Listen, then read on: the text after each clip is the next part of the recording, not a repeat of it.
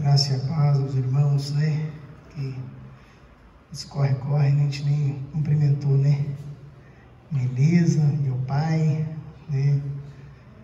Irmã Johnny nem vou contar porque, né? Foi muito rápido o cumprimento, né? Foi muito rápido, não deu nem pra gente quase nem dar um abraço, né? Glória a Deus. Mas nós estamos aqui nessa noite e queremos já dar continuidade à nossa Escola da Família, onde quinta-feira passada, nós ainda lá em casa, né, nós fizemos online, e nós demos início a esta lição que fala sobre autoridade. É uma série de lições que fala sobre autoridade, né, já passamos pela autoridade de Deus, a autoridade de Jesus Cristo, a autoridade do Espírito Santo. E agora nós estamos aí no estudo dessa lição que fala da autoridade das Escrituras Sagradas, a autoridade da Bíblia, né? E quinta-feira nós falamos sobre a origem, né, das Escrituras, não entramos muito no contexto histórico, né? Colocamos mais sobre as suas origens, no sentido de como podemos ter hoje a palavra do Senhor e como que ela se tornou cada vez mais fácil, né, a aquisição, a portabilidade da palavra. Não entramos muito na questão, né, da sua origem, no sentido do tempo que ela gastou, né, o tempo da escritura, em torno de 1500, 1600 anos, 39 escritores da Bíblia, formando aí que nós temos o Novo e o Antigo Testamento. Hoje nós vamos então estudar com os irmãos a palavra do Senhor. Vamos aqui aproveitar o tempo. Nós temos aí a autoridade das Escrituras.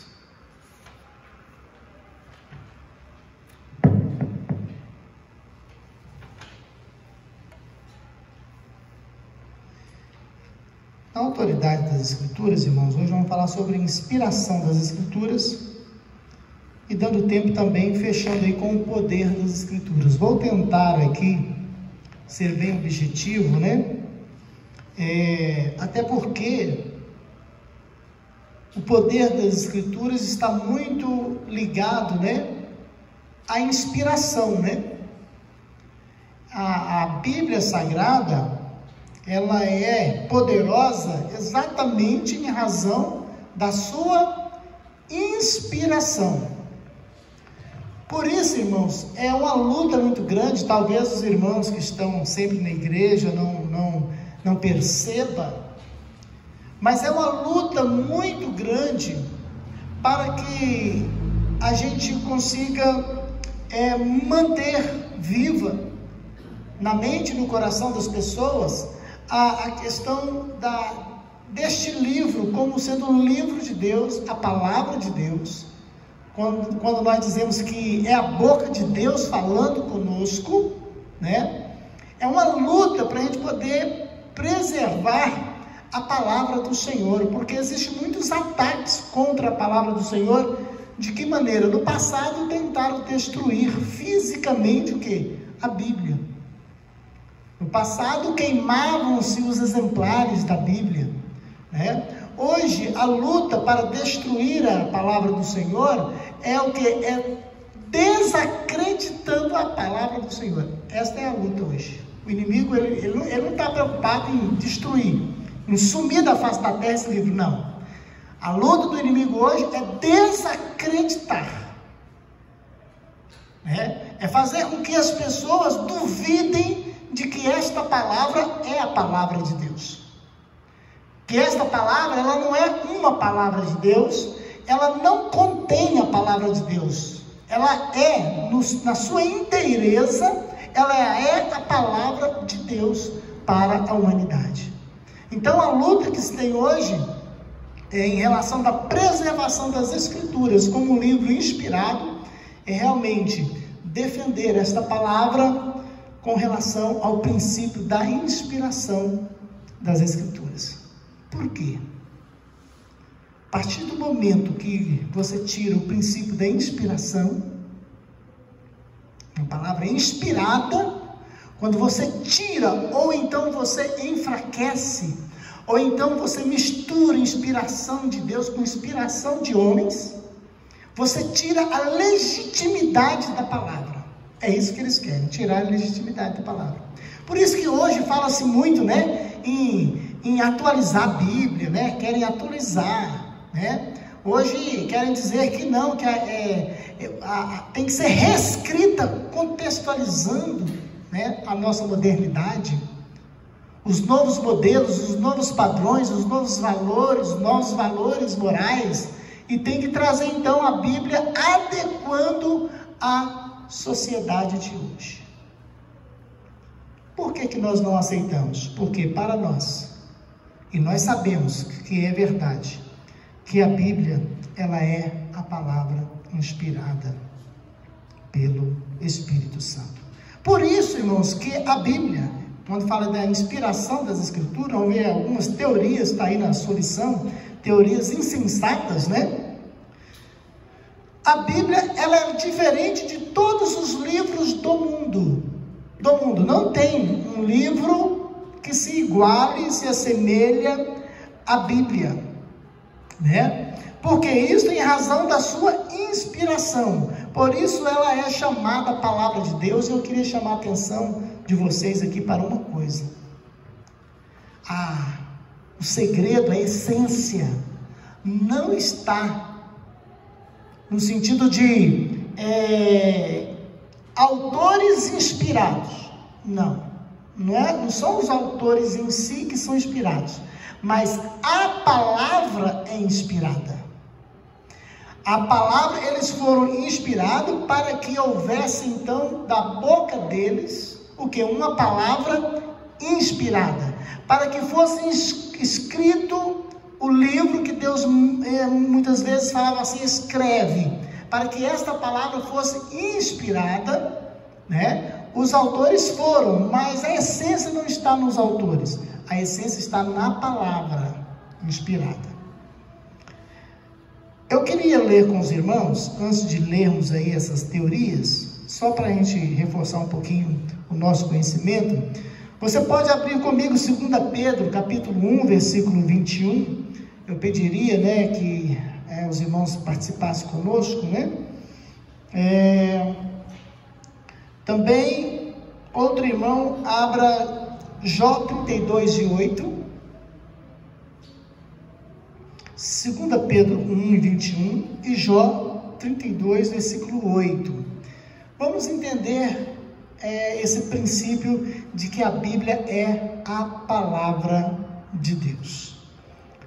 Achou aí? 2 Pedro 1, 21? Ilza, pode ler bem alto. Porque nunca, jamais, qualquer profecia foi dada por vontade humana, entretanto, homens falaram da parte de Deus, movidos pelo Espírito Santo. Glória a Deus. Porque nenhuma profecia, né? Ela fora inspirada por pessoas propriamente humanas, não.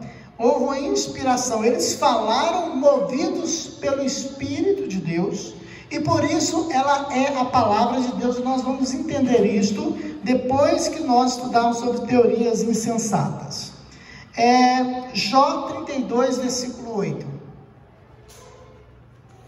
Alguém achou aí? Na verdade, há um Espírito no homem, e a inspiração do Todo-Poderoso o faz entendido. A inspiração do Todo-Poderoso o faz entendido. Ou seja, ele está dizendo o quê? Que o nosso entendimento que nós temos da palavra, esse entendimento é dado pelo próprio Deus, pelo próprio Senhor. Né? Não é possível a pessoa compreender a palavra sem que ela seja o quê? Trabalhada pelo Espírito Santo nas nossas vidas. Por isso que o homem natural, ele não consegue entender a palavra, ele não consegue compreender o homem natural. E daí vai surgir o que? Diversas teorias insensatas, né? Erradas, que têm se propagado por aí. Na realidade, esse vocábulo de inspiração, ele quer dizer soprado para dentro. Então, o termo no original, inspiração, está dizendo o quê? Soprado para dentro. Quando o escritor ele for inspirado, ele recebeu o quê? Um sopro de Deus. É como receber de Deus um sopro específico. Por isso que quando a gente fala de inspiração, irmãos, não tem outra, não existe outra inspiração além das Escrituras Sagradas. Você pode encontrar o melhor livro, mais lindo, o mais maravilhoso. Eu tenho aqui em minhas mãos, que eu acho muito interessante, Conhecendo as Doutrinas da Bíblia, por Meyer Pillman. Excelente livro, né? Um estudo profundo da palavra, né? Para quem estuda aí, teologia, tem um volume menor, mas com conteúdo muito extenso, maravilhoso. Muita coisa que você lê aqui, que você fica assim, e que você nunca, às vezes, vai ouvir dentro da igreja. Você vai precisar de sentar num banco de teologia para poder ouvir, por ser teologia sistemática. Mas nenhum livro do mundo tem esta inspiração, nenhum, por melhor que ele seja. Todos os demais livros são falíveis e são sujeitos à análise humana. Todos os livros, todos, menos esse aqui.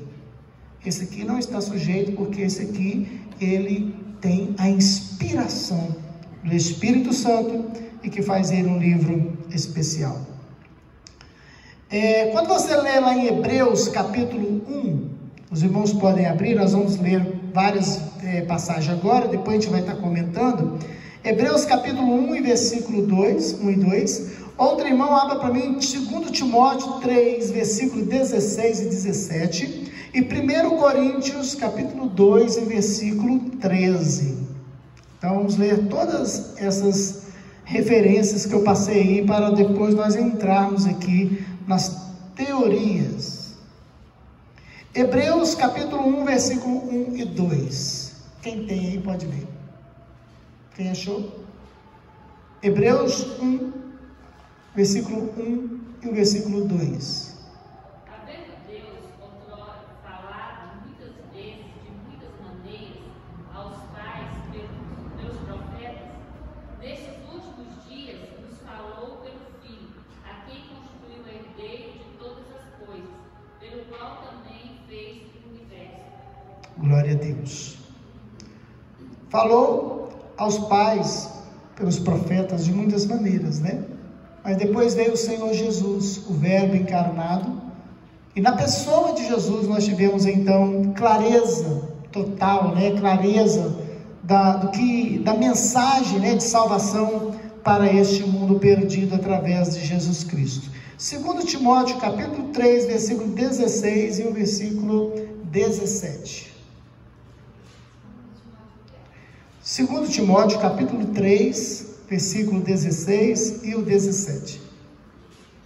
Toda a Escritura é divinamente inspirada e proveitosa para ensinar, para repreender, para corrigir, para instruir em justiça, para que o homem de Deus seja perfeito e perfeitamente instruído para toda a boa obra.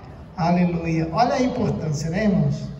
Toda a Escritura, ela é inspirada, né? Toda a Escritura. E vem a importância dessa Escritura inspirada para ensinar, para redarguir, para corrigir, né? Para instruir, né? Coisa maravilhosa é a palavra do Senhor. Eu gosto de falar com os irmãos que a palavra de Deus, ela tem conselho para tudo, né? Não existe nada que você vá fazer que não existe uma palavra direcionada para aquilo. Uma vez eu falei isso na escola bíblica dominical, né? Falei, irmão, você quer ser um bom patrão? Então leia a Bíblia. Tem passagens aqui específicas para o patrão. E é interessante que pessoas na igreja que eram patrões se alinharam, mudaram de atitude, exatamente porque o texto diz como que trata os empregados. E o empregado? Tem também o texto do empregado. Como é que o empregado trata o patrão, lida com o patrão, dentro do princípio bíblico? Está na palavra também. Então, assim, a palavra de Deus, ela é formidável, né? Ela é maravilhosa. 1 Coríntios capítulo 2, versículo 13.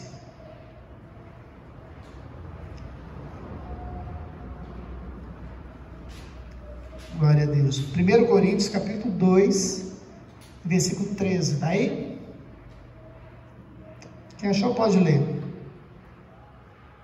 As quais também falamos, não com palavras de sabedoria humana, mas com as que o Espírito Santo ensina, comparando as coisas espirituais com as coisas espirituais. Amém. Veja bem, o apóstolo Paulo que ele faz essa referência, né? Não é palavras com sabedoria humana, mas inspiradas, né? Palavras inspiradas, pela inspiração do Espírito. E aí a pessoa, quando ela tem a palavra no coração dela, que o Espírito age, ela começa a comparar as espirituais com as espirituais. Quando a pessoa não tem essa presença do Espírito na vida dele, que ele vai fazer as análises e comparações, o que ele faz? Ele mistura espiritual com carnal. E confunde as coisas. E aí você vê as pessoas duvidando, as pessoas questionando, polemizando o texto sagrado, porque eles não são capazes, por conta da sua natureza, por serem naturais, eles não conseguem separar o espiritual do carnal ou do natural. E aí eles misturam tudo. Mas quando nós temos a presença do Espírito que nos faz entender a palavra inspirada, aí sim, irmãos, tudo esclarece, tudo fica mais fácil, porque igual Paulo fala aí, né? Vai comparando espirituais com as espirituais. O homem espiritual, o homem carnal, ele não pode, o homem natural, ele não tem capacidade de compreender o texto dentro da sua espiritualidade. Ele não tem. Ele é incapaz. Só é possível mediante a ação, o mesmo Espírito Santo que inspirou os homens para escreverem os livros, é o mesmo Espírito Santo que tem que entrar no coração do pecador, do homem natural, para que ele, depois de receber a presença do mesmo Espírito, espiritual com espiritual. O homem agora, com a presença do Espírito Santo, ele se torna uma pessoa que espiritual, que é capaz de entender o que é espiritual. Caso contrário, ele não é capaz. Mas graças a Deus, né, irmãos, que o Senhor aprove o Senhor a nos alcançar quando um dia nós abrimos o nosso coração e recebemos Jesus, e Ele também nos recebeu, né? E por isso hoje nós servimos a Ele. Nós temos como teorias aí insensatas. Eu estava lendo, pesquisando, existem diversas teorias, né? Diversas. Mas as mais conhecidas passam por isso aqui, né? As falsas teorias sobre a inspiração das Escrituras. Nós vimos sobre teoria do ditado verbal.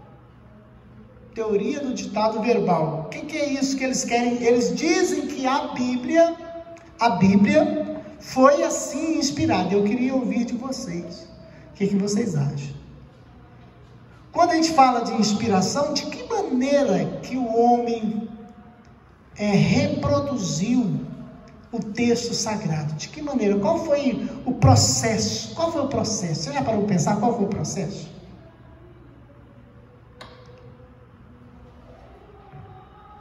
O escritor, ele repetiu exatamente a palavra que vinha da parte de Deus, cada palavra e vírgula. Como se fosse, por exemplo, o que eu falo aqui, sai ali, não é? Seria assim a inspiração da Escritura? Como é que vocês pensam? O que vocês acham? Como se eu fosse Deus e a caixa fosse o escritor. Eu estou falando do jeitinho que eu estou falando, cada palavra que eu estou falando, ela é exatamente aquilo que está saindo lá.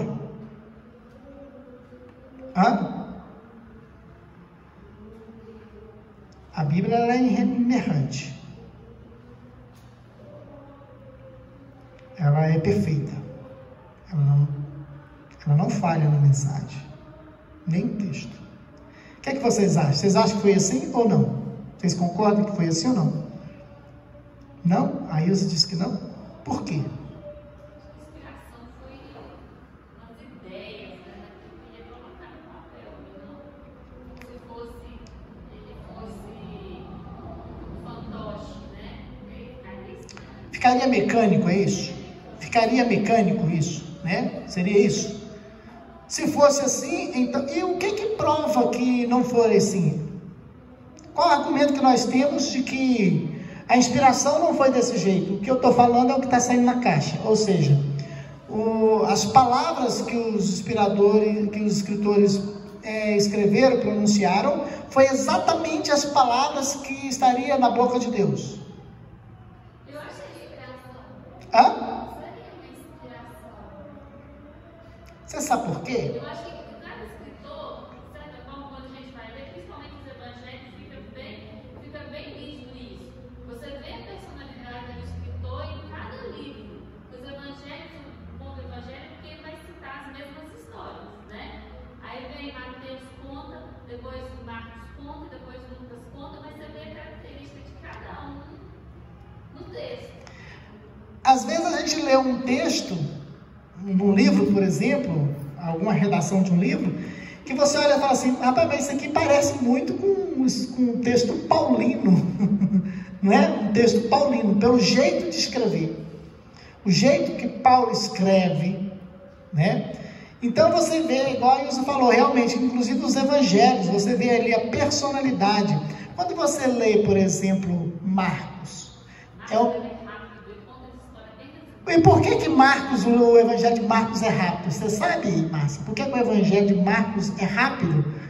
Como é que ele escreve rápido? Marcos é assim, ó, logo em seguida, logo após, imediatamente. Ele não tece comentário, ele traz os fatos rápido. Vocês sabem por quê? Marcos era o quê? Soldado romano. Soldado não tem tempo para ficar conversando, não é igual o poeta, não é igual lá fala os intelectuais lá gregos, pensadores, que ficava viajando. Não, Marcos é rápido.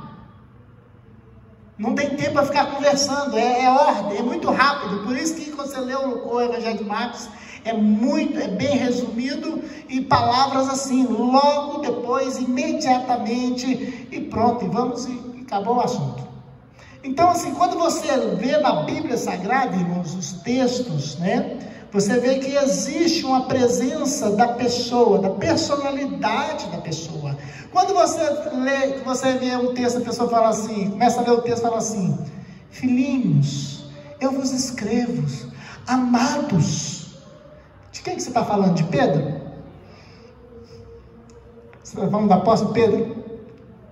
Qual é o que falava assim? Filhinhos, amados. Apóstolo João, chamado como apóstolo do amor. Então você vê assim muito presente a personalidade, a inspiração do Espírito Santo. Ela não neutralizou, né, o quê? A personalidade de cada autor, de cada escritor, podemos assim, melhor dizer, de cada escritor. Cada escritor, de certa forma, ele deixa a sua personalidade, o seu jeito, o seu grau de instrução dentro daquilo que ele propõe escrever.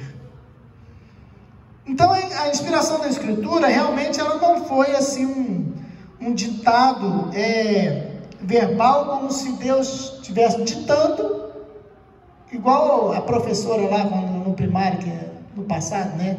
Hoje parece que não é mais assim, mas no passado era muito assim, né?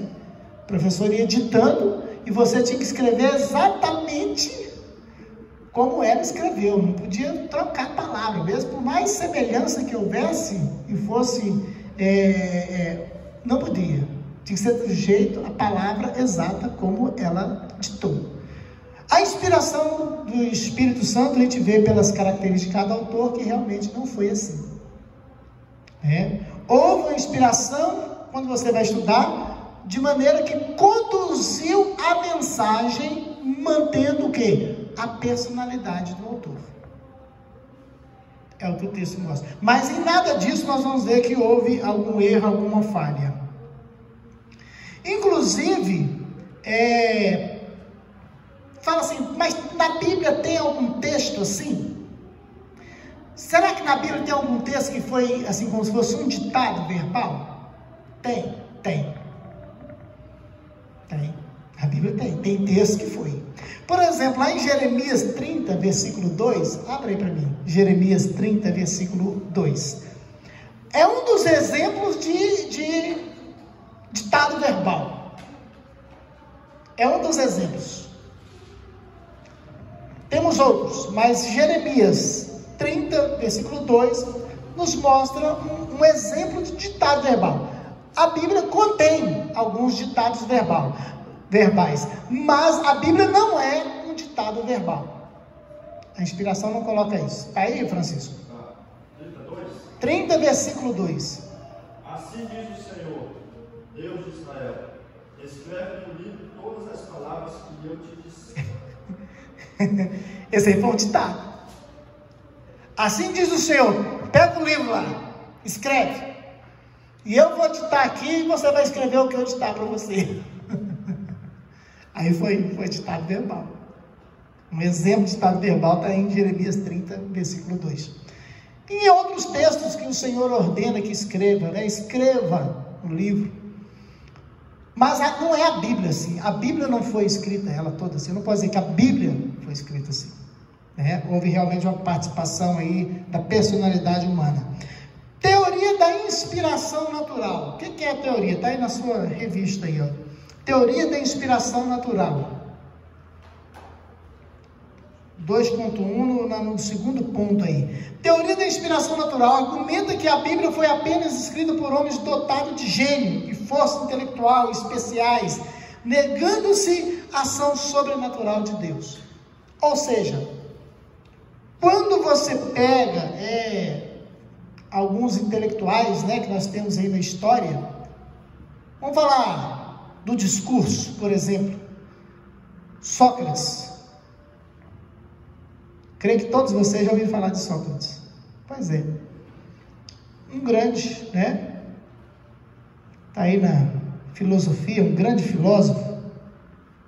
E dentre outros, você vai ver nomes impressionantes de escritores. Mas a Bíblia não foi assim. Não foi com essa capacidade intelectual. Como nós temos ainda hoje homens muito inteligentes, mentes brilhantes.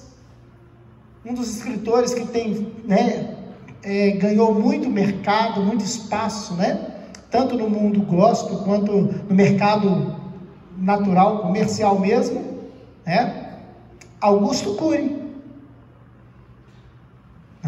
Augusto Cury, uma mente brilhante, muita capacidade, muito intelectual, muito conhecimento, muito sábio, mas não está dentro da classificação dos escritores da Bíblia. Ele não teve essa inspiração que os escritores tiveram. A terceira teoria também aí, insensata, é a teoria da inspiração das ideias. Olha aqui. Se eu falar assim, não, mas o Espírito Santo, ele inspirou as ideias, mas não as palavras. Há um probleminha aí para ser resolvido.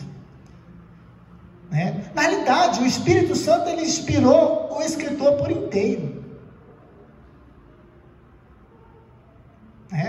Você vai ver que pessoas, quando eles estavam inspirados pelo Espírito, eles mudavam até a cor do rosto deles.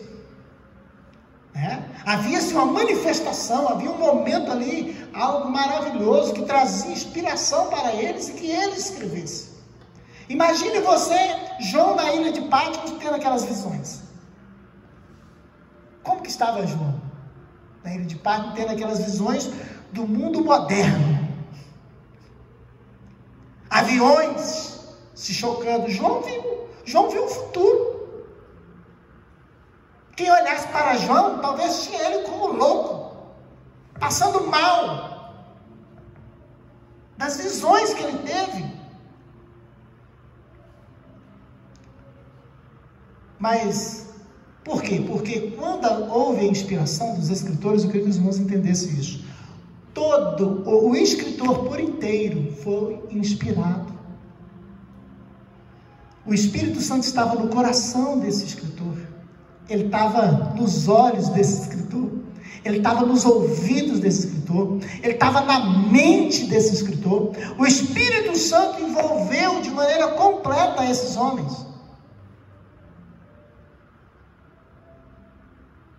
E aí que a gente se pega aqui, questão da inspiração das ideias. Não, Deus deu a ideia, o escritor que resolveu. Não foi assim. Deus deu a ideia, Deus deu a mensagem, Deus colocou ali uma inspiração tal, que até a escolha das palavras que o escritor escolheu, foram as palavras certas. Foram as palavras certas.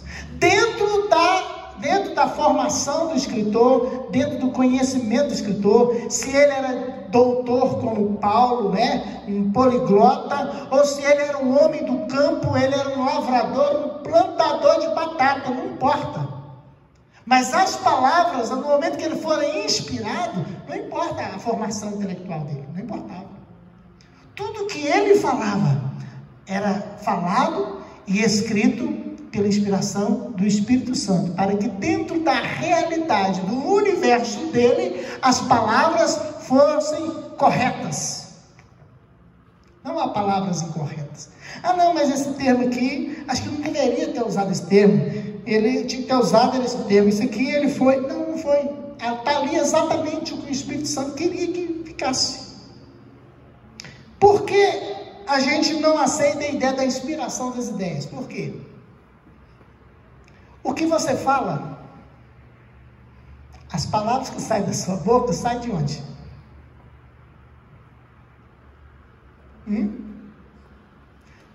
Sai do coração, mas é construído o quê? Na mente. A palavra, por isso que lá o salmista 139 fala que antes que a palavra saísse da sua boca, Deus conhece, já sabe. Por que que ele sabe da palavra que vai sair da sua boca antes de você falar? Né, Dani? Por que que Deus já sabe da palavra que vai sair da sua boca antes de sair da sua boca? Por quê? Ela já está em algum lugar. Ela está o quê? Na mente. A gente fala aquilo que passa pela mente. Voluntário ou involuntário, passa pela mente. Não existe palavra sem mente. Não existe palavra, se tirar o cérebro da pessoa, não tem palavras. Toda palavra tem a sua origem nas ideias, na mente. Então, quando nós temos aqui a inspiração, ela não está só nas ideias. Na realidade, a inspiração está exatamente nas palavras. São as palavras que há a inspiração. Diz aqui, ó, teoria da inspiração das ideias. Está na sua lição aí, ó, terceiro. Defende que Deus teria inspirado as ideias da Bíblia, mas não as suas palavras. Estas teriam ficado a cargo dos escritores. Ou seja, toda a construção da frase, toda a construção da narrativa, né, ficaria a cargo do escritor. Sabe o que ia sair um texto muito mal feito. Se ficasse à mercê do escritor, né, para ele construir da sua maneira, do seu jeito, do jeito que ele entendesse, não. As palavras têm que ter o quê? Conexão com os pensamentos, tá junto, tá ligado. Eu não posso desassociar as palavras das ideias, não. Ideias e palavras estão intrinsecamente associadas. São inseparáveis. Ah, não, eu falei, mas falei. Sabe esse negócio de falar sem pensar? Mentira, né? Todo mundo que fala, claro que passa pelo pensamento. Você falou sem pensar na responsabilidade, você falou sem pensar na consequência daquilo que você ia falar, tudo bem. Mas você nunca fala sem antes a palavra passar pela sua cabeça, pela sua mente. Ela só sai porque passa por lá. Então, como ela não tem como você desassociar a palavra da ideia, da mente, então o Espírito Santo também, ele não só inspirou as ideias, não. Ele inspirou as ideias.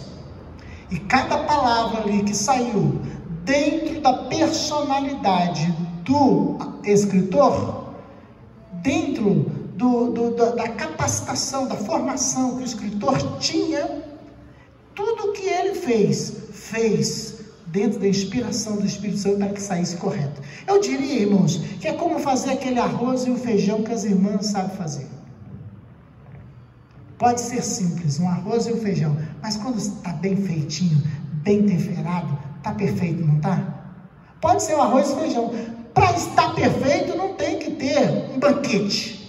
Pode ser que você tenha um banquete e o arroz não preste, o feijão está ruim, mesmo em meio a um banquete. Mas você pode ter um arroz e um feijão puro e estar em condições excelentes. Assim foi a inspiração, dentro da capacitação, da qualificação de cada escritor. O que ele escreveu dentro da sua qualificação e capacitação foi tudo muito bem feito. As palavras foram muito bem proferidas, porque havia o quê? Uma inspiração. Isso. Nós aqui refutamos todas essas ideias insensatas, essas teorias insensatas, de que tenha sido um ditado verbal, em que o escritor parece mais um papagaio, né? O escritor não foi papagaio, não, né? Onde ele repete apenas aquilo que é proferido anteriormente. Não, o escritor não foi papagaio. Por isso que você vê a personalidade, né, a qualificação, né, de cada escritor quando você lê a Bíblia dentro das suas origens, que é o que nós estamos estudando.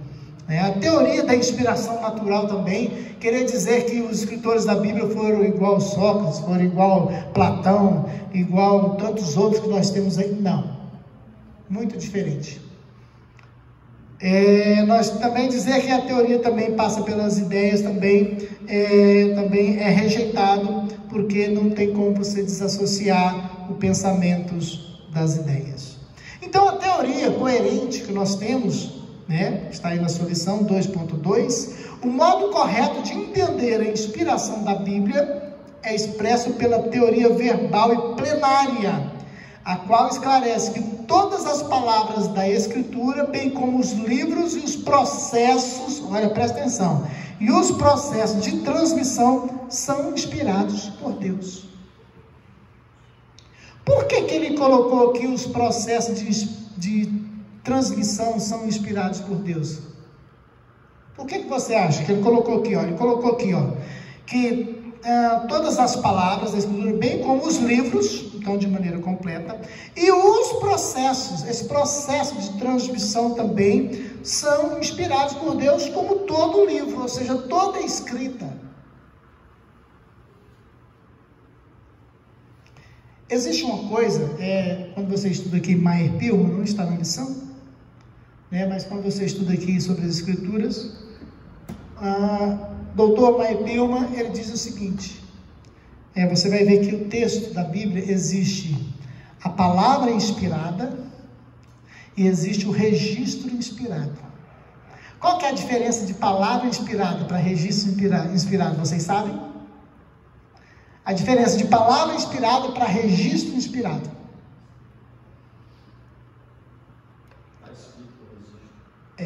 Por exemplo, as palavras de Satanás. Quando está Jesus lá, né, em Mateus capítulo 4, está Jesus e Satanás, né? E Satanás começa a falar com Jesus. Não está no texto? Não está na Bíblia? Não está na Bíblia? E as palavras de Satanás são inspiradas? São registros inspirados. Então, em Jó, você vai ver, né? Você vai ver muita coisa nos textos, né? Em que as palavras mal faladas, né? De reis, por exemplo, né? Que falaram coisas erradas, coisas horríveis, né? E por aí vai. As palavras de Caim, por aí vai. Quer dizer, existe o registro inspirado, que é aquilo que não foi falado pelo Espírito. O Espírito Santo não influenciou, não inspirou a pessoa para falar, mas ele falou. E Deus quis o quê? Que esses inscritos, por exemplo, imagine as palavras de Jezabel. As palavras de Jezabel dizendo para Elias, né? Fala lá para Elias, que do jeito que ele fez com os meus profetas, eu vou fazer com ele também, vou matar ele. Essas palavras de Jezabel foram palavras inspiradas pelo Espírito Santo? Não. Mas o registro em que o Senhor quis que colocasse na palavra, o registro é inspirado. Então a Bíblia se torna toda inspirada, porque existem as palavras inspiradas e os registros inspirados pelo Espírito, né? Mas Pilma faz essa observação em relação ao conteúdo. Assim, irmão, nós podemos ler em Salmo 33, versículo 111, se você estiver aí com a sua Bíblia. Eu queria que outro irmão abrisse em Salmo 119, versículo 160, para nós aprendermos. Irmãos, talvez você pense assim, pastor, mas para que eu preciso saber disso? Sabe para quê, irmãos, que a gente precisa aprender? É para não ficar ouvindo bobagem depois aí, né? E sendo enganados por aqueles que pegam o texto bíblico e vai dizer aquilo que a Bíblia não está dizendo. Quando você entende a Bíblia como ela é, você não aceita as pessoas dizer para você aquilo que ela não diz. Salmo 33, versículo 11. Pode ler mais alto, Márcia?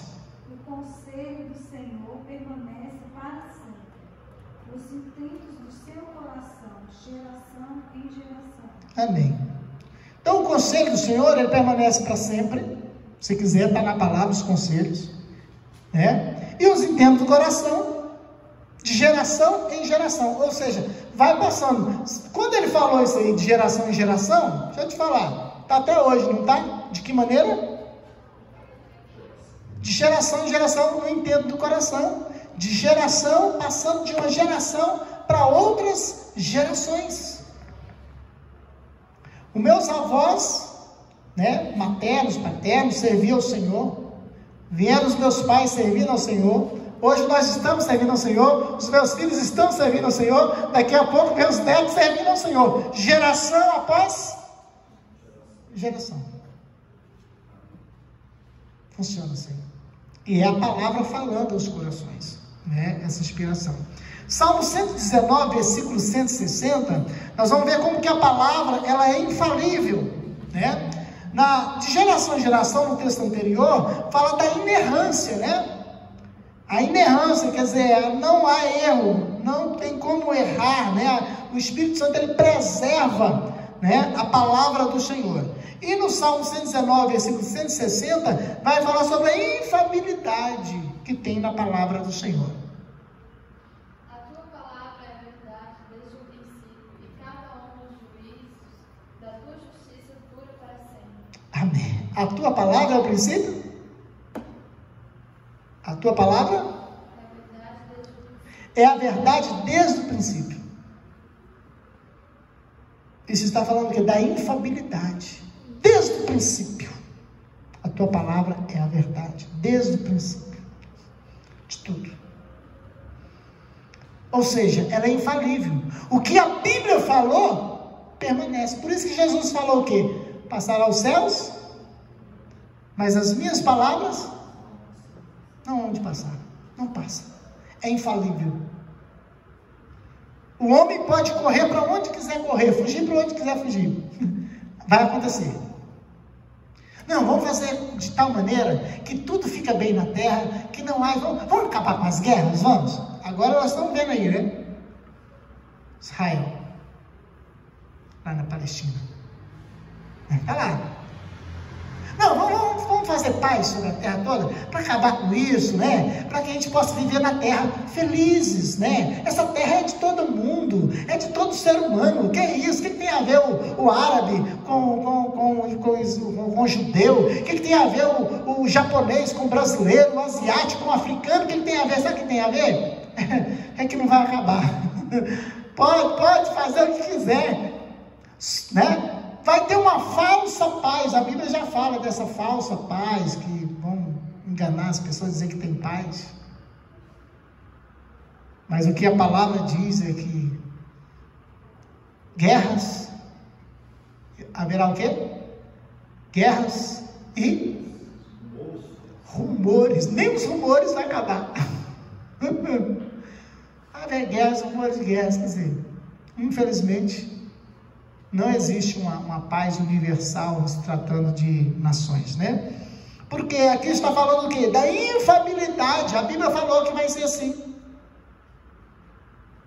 Pai contra filho, filho contra pai, irmão contra irmão. Aí Jesus falou assim, tem uma coisa, viu? Quem esperava que Jesus era politicamente correto?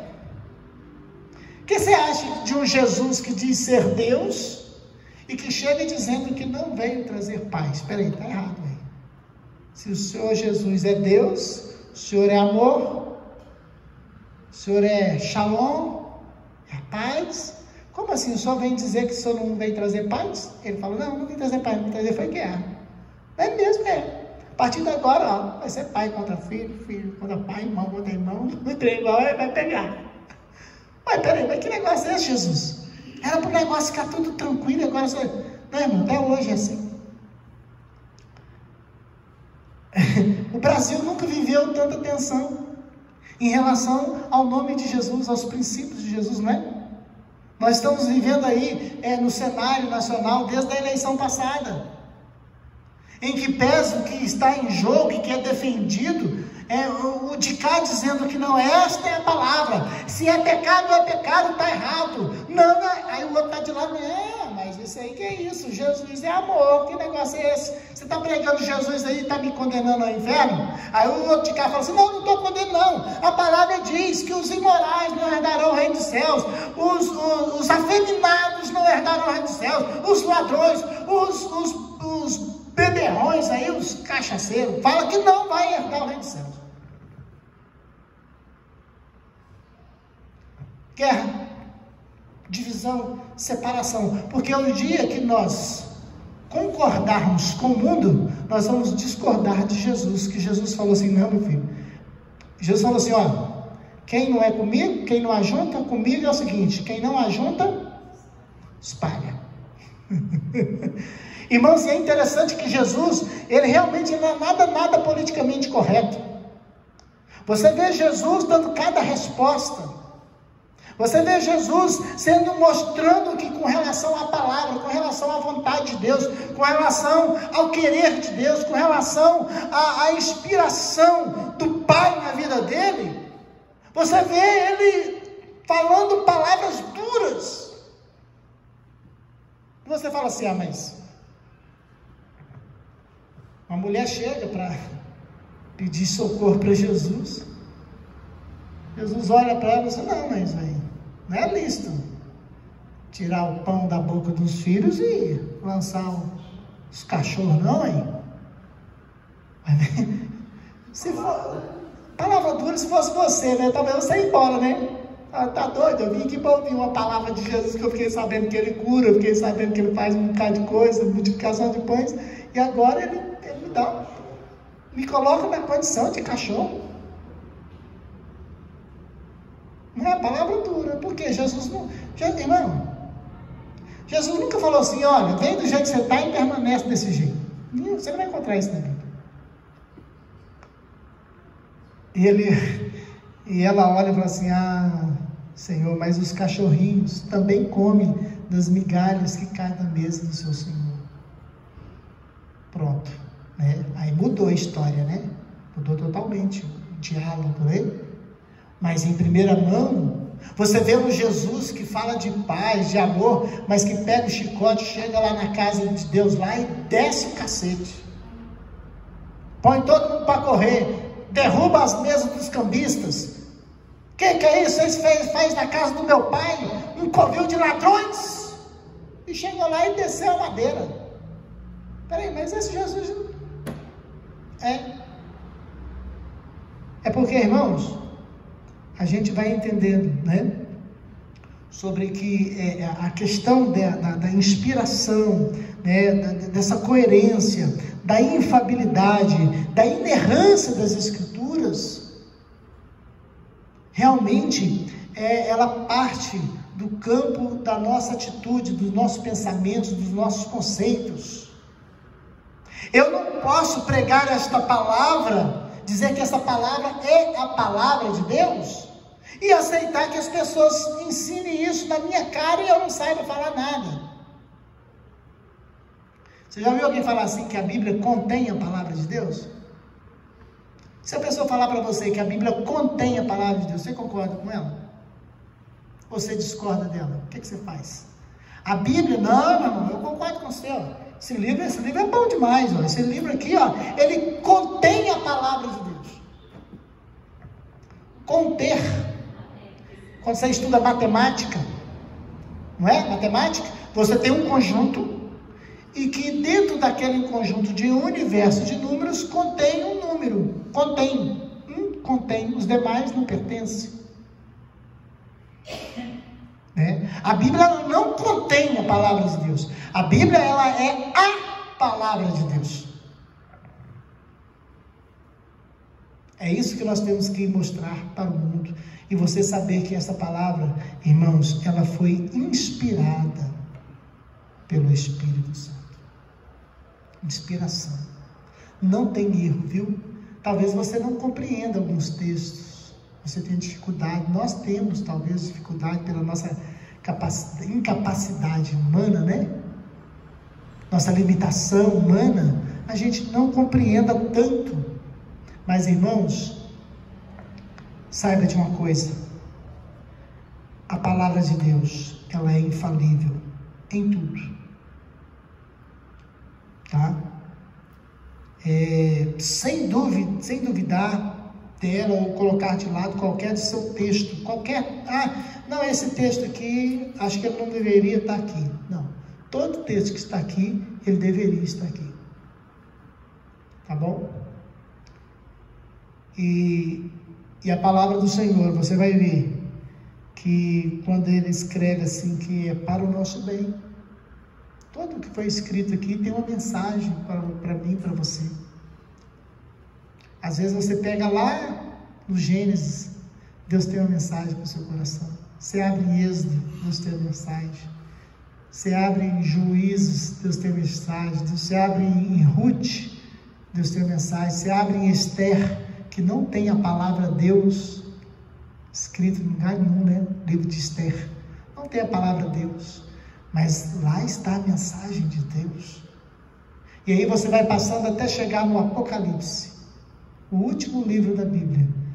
Ali está a mensagem de Deus. E saiba de uma coisa, irmãos, não tem nada da Bíblia que venha trazer dúvidas. E hoje em dia, irmãos, principalmente nas redes sociais, eu não sei se você atua muito nas redes sociais, né? Você vai ver que a questão da fé na palavra do Senhor, às vezes, ela é muito atacada. Mas graças a Deus que eu fico olhando os críticos, né? Os críticos da palavra no passado, que criticavam muitas coisas, que duvidavam, né? Havia uma crítica, na autocrítica, de que, não, esse livro que vocês têm hoje, essa Bíblia, não é a mesma não, senhor. Isso passou de mão em mão. Passou de mão em mão, né? Então não é a mesma coisa. Até a arqueologia, eles lá encontraram nas cavernas de Qumran, não foi? Encontrou os livros lá. E aí foram comparar. Está lá na Biblioteca Britânica da Inglaterra, está lá. Aí tem livros, se eu não me engano, como de Isaías, se eu não me engano, ele é completo. Se você pegar aquele escrito e trazer para hoje, diz que a tradução é fiel. Realmente, o que nós temos hoje, aí acabou a crítica. Aí pronto, acabou, parou de falar. Nós temos críticas no passado que falavam esse absurdo, né? Ah, que isso, rapaz? Josué. Né? Antigamente, criticava-se que Josué orou e o sol parou. Não, aí. Quem está em movimento é quem? É a terra. A terra gira em torno do sol e em torno de si mesma. Em torno de si mesma, rotação. Em torno do sol, translação. Não é? E por que Josué orou e o sol parou, então? Está errado? Ele tinha que ter orado, a Bíblia tinha que ter assim, Josué orou e a terra parou. A Bíblia diz que não, que Josué orou e o sol parou. Você sabe por quê? Se o sol parar, o nosso sistema se chama sistema solar. Se para só, a terra para, e os outros? Os outros não iam parar. Se só a terra para, a lua não parava, os planetas não iam parar, não. Quando o sol parou, que a Bíblia diz que parou o sol parou, Josué orou e o sol parou, pronto, parou tudo, o sistema solar parou. A terra só parou porque o sol parou. Porque é o sol que tem o domínio, que tem a influência de todo o nosso sistema solar. Então, aí depois que veio a ciência, né? Que veio, que mostrou e que tudo, que aí sim veio a compreensão, aí falou assim, não, então Josué estava certo quando disse que ele orou e o sol parou, porque é o sol que parou de emitir influências, né? Força, energia para que a terra se movesse e ficasse parada. Então realmente Josué orou sobre outra narrativa caída por terra. E são tantas outras, né? Quando falava assim, esse Jesus não é real, Jesus é mito, não tem nada escrito, esse negócio de irmão de Jesus, não tem nada escrito, isso é conversa desse povo e tal, não sei o que tem, porque vai passando um para o outro e todo mundo vai acreditando nisso. Beleza. Então Jesus é mito mesmo? Tá. Aí quando foi, deve ter uns 10 anos, que encontraram uma tumba, né? Isso está na arqueologia, encontraram lá tipo uma tumba, né?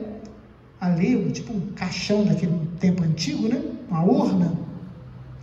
E nessa urna é datado daquele tempo, e nessa urna está escrito assim, Tiago, irmão de Jesus. Pronto. Já temos aqui uma prova aqui, ó, arqueológica, né? Tiago, irmão de Jesus, está falando lá de Jesus. Então, o que o texto diz é verdadeiro. Então, irmãos, são muitas as narrativas contra, né? Discursos contra, argumentos, teorias contra a palavra de Deus. Mas eu quero dizer para os irmãos aqui, ó, você pode confiar na sua casa, pode abrir a palavra, pode ler a Bíblia, não importa do Gênesis ao Apocalipse, pode ler que todo texto ali é inspirado pelo Espírito Santo. E ele vai falar com você. E ele vai te orientar. E ele vai te ajudar. E você vai ser grandemente abençoado. Através do quê? Da palavra. Eu falo com sinceridade para os irmãos. Eu sou muito alimentado na palavra. Eu sou muito apegado à palavra. Muito. É duas coisas que eu gosto muito. Eu gosto da oração. Quando a igreja está orando, é uma maravilha. E a palavra. É o arroz e o feijão. Oração e palavra. Isso aqui é alimento, né? Na oração a gente recarrega as baterias, né? Recarrega a bateria, né? Mas aqui na palavra, você é o quê? Alimentado e alicerçado a sua fé na palavra. Fiquemos em pé em nome de Jesus. Eu quero orar com a igreja. Glória a Deus neste momento. Que você possa amar esta palavra, nunca duvidar desta palavra, guardar esta palavra, cada dia, né? E não aceitar qualquer coisa que você ouvir contra a Bíblia Sagrada. Saiba de uma coisa, que é falta de conhecimento ou mesmo falta de presença de Deus na vida dessa pessoa. Por isso que ela não entende a palavra do Senhor. E aqui o caderno, né? Glória a Deus. Nesta hora eu quero orar com a igreja, neste momento eu quero orar com vocês, que o Senhor venha falar aos corações poderosamente. Queria que a Dara aqui fechasse aqui